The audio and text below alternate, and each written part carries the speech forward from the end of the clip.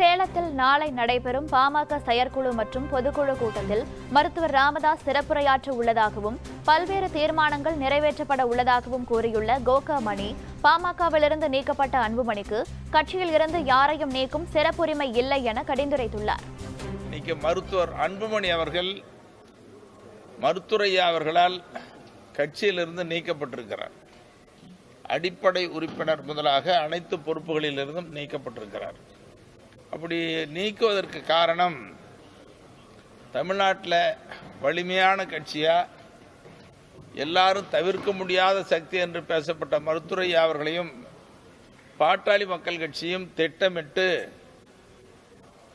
சூழ்ச்சியால் இந்த கட்சியை அபகரிப்பதற்கு, பிளவுபடுத்துவதற்கு தொடர்ந்து அவர் செய்து வந்த நடவடிக்கை மருத்துவரையாவுக்கு மிகுந்த மன உளைச்சலையும் வேதனையும் கொடுத்தது. இன்னொன்று, இது தனித்து போட்டியிடும் காலமில்லை. பாட்டாளி மக்கள் கட்சி மருத்துவரையா தலைமையில் கூட்டணி அமைத்தே போட்டியிடும்.